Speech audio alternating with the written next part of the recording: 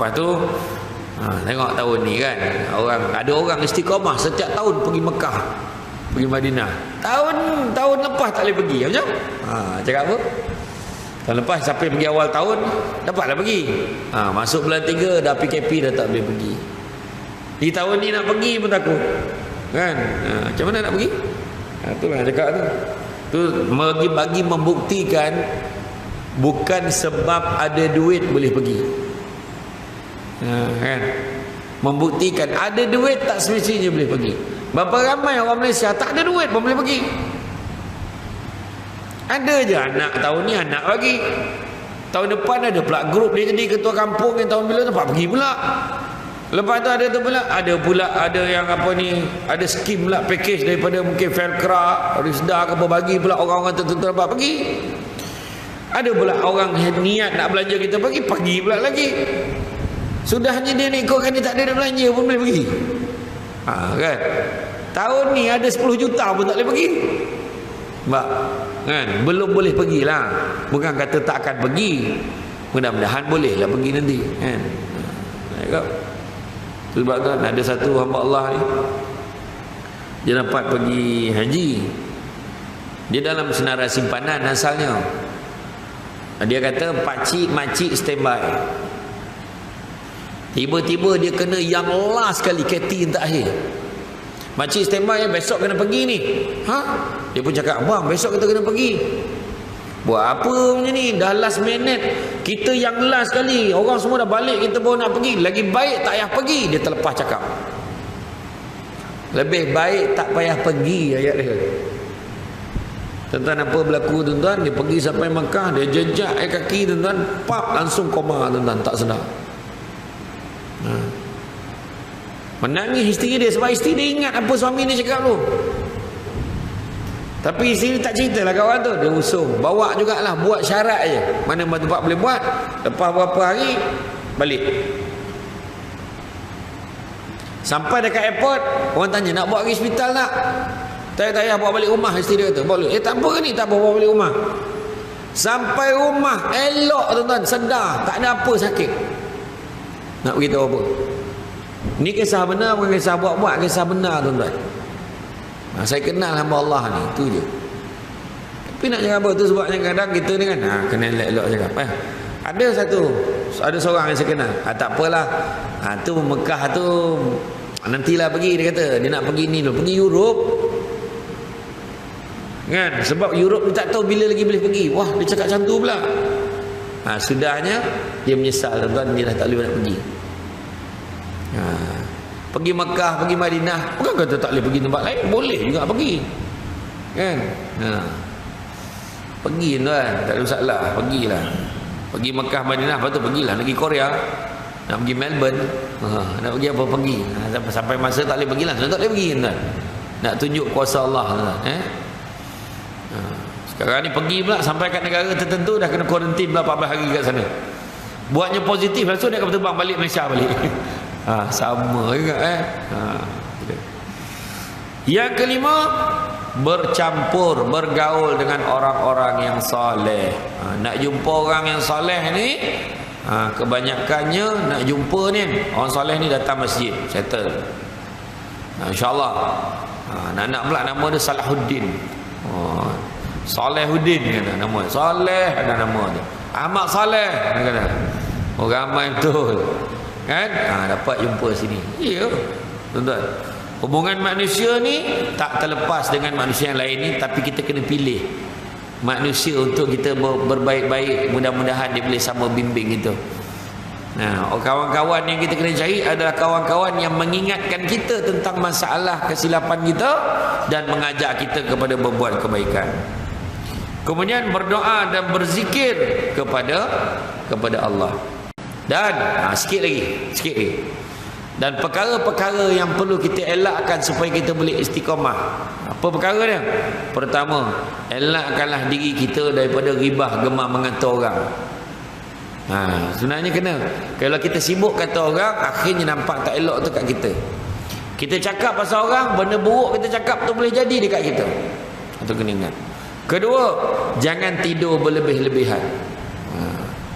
Ada seorang sahabat saya tu, dia boleh tidur 2 hari masa belajar dulu. Dia tidur, dia bukan bangun tanya pukul berapa dah, tak, dia tanya hari apa dah, lain macam tuan-tuan. Jadi jangan tidur berlebihan. Itu pun boleh menghalang kita dalam nak istiqamah ni. Kemudian tasyabuh, gemar meniru-niru. Tuan-tuan tengok hari ni yang paling gemar meniru, tuan-tuan tengoklah dekat media sosial tu. Tiru orang ni, tiru. Kalau tiru yang baik-baik tu tak apalah. Yang seorang tu tiru Ustaz Zahid terus. Yang seorang tu tiru Samsul Debat tu, boleh lah lagi. Sebab isi dia tu benda baik lagi.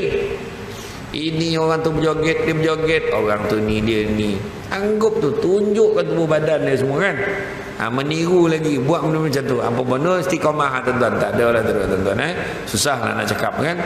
Maka kesimpulannya, tu perkataan yang ditunggu-tunggu hari ni. Kesimpulannya, saya faham tuan-tuan.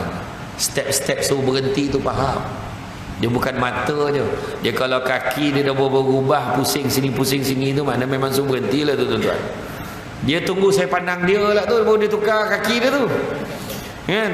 Jadi tu faham lah tu tuan-tuan. Jadi ada pelbagai cara untuk kita istiqamah, namun bergantung kepada kemahuan dan juga niat masing-masing. Jadi hakikatnya meraih itu, mencapai, nak buat memang mudah berbanding untuk mempertahankan. Begitu juga memulakan ibadah yang lebih ringan dibandingkan nak memulakan ibadah itu lagi ringan dibandingkan untuk istiqamah. Dengan menyedari cara memulakan dan motivasi semangat istiqamah, semoga ibadah kita sebagai muslim menjadi mudah dan kafah, menjadi damai, tenteram hati kita tuan-tuan. Semoga kita sentiasa mampu menjadi seorang Islam yang istiqamah dan beribadah kepada Allah Subhanahu Wa Taala. Jadi itu saja daripada saya tuan-tuan dan puan-puan sekalian. Jadi cuma sedikit makluman. Nanti kan tuan-tuan kalau keluar tuan-tuan, sebelum balik tuan-tuan singgahlah tuan-tuan. Tuan-tuan singgahlah, ada booth kat depan tu. Tuan-tuan tengoklah lebih kurang. Yang pertamanya ada kismis coklat. Kismis ni baik untuk otak tuan-tuan. Kismis coklat. Tu sebahagian daripada sejualan tu akan dimasukkan pada sumbangan lah. Kismis coklat ni bagus lah. Untuk yang pelupa-pelupa tu kalau ambil kismis, dah sampai rumah berperasan bini dia kat masjid lagi. Contoh teruk sangat. Aku rasa aku mari seorang tadi bawa bini ke tidak. Contoh lah. Contoh. Yang keduanya ada minyak wangi SD perfume. SD perfume ni Samsul Debat perfume lah. Itu isteri saya buat lah tu. Tu memang wangi tuan-tuan. Wangi, bau dia tahan lama. Dan juga dia ada satu tagline, tak mandi pun wangi. Tu. Dan satu lagi, dia ada susu kambing Al-Amr. Ini tengah viral sangat lah ni, dekat Terengganu pun tengah. Tapi minta maaf, dah tinggal sikit. Tapi tak apa, mana yang tak dapat nanti bagi nama dengan nombor telefon, nanti staf saya akan postkan, hantar. Untuk stok hari ni tinggal sikit, kita cubalah minta dia hantar ke sini esok pagilah. Jadi apa-apa pun, susu kambing ni yang bagus, pertama dia tak ada bau, sebab dia bukan pakai kambing Terengganu. Dia kambing daripada Holland, Belanda, bukan kambing Malaysia lah. Kemudian dia baik untuk orang gastrik. Siapa yang gastrik minum pagi elok. Siapa yang GERD, yang angin lambung, yang jenis yang senak perut sampai tersedak bila waktu tidur tu, angin kan, maka dia bolehlah minum tu, insya-Allah. Dia memang sedap. Susu kambing campur kurma, campur madu. Saya minum berapa lama dah tak jumpa madu. Rasa ada macam tu lah. Yang faham-faham lah kan. Jadi baik juga untuk yang paling cepat, dia baik untuk orang sakit lutut dengan sakit tumit, yang pijak sakit tangan kebas-kebas. Memang cepat. InsyaAllah ikhtiar. Selawat 3 kali tuan-tuan. Selawat 3 kali baca Fatihah, tuan-tuan minum. InsyaAllah okey. Minum suam-suam. Orang sakit lutut, sakit belakang, orang perempuan yang pregnant mengandung, sesuai. Sebab hari ni baby lahir kebanyakannya kuning. Hari ni kita jual RM45 satu kotak tuan. RM45. Tapi kita offer beli 2 90 macam tu. Perasan ke tak perasan kata. Dengan angguk aja. Macam sama je kata. Beli 1 45, beli 2 80 hari ni. Hari ni kita offer 80. Tuan jadi mana yang tak buat duit tu tak apa, tak buat peti tak apa, nanti transfer kemudian, tak ada masalah. Transfer kemudian. Jadi itu saja daripada saya tuan-tuan. Sungguhnya yang baik itu datang dari Allah SWT. Menekurangi itu berpunca kelemahan saya sebagai manusia biasa. Pokok sekayu daun selasih. Thank you, terima kasih. Assalamualaikum warahmatullahi wabarakatuh.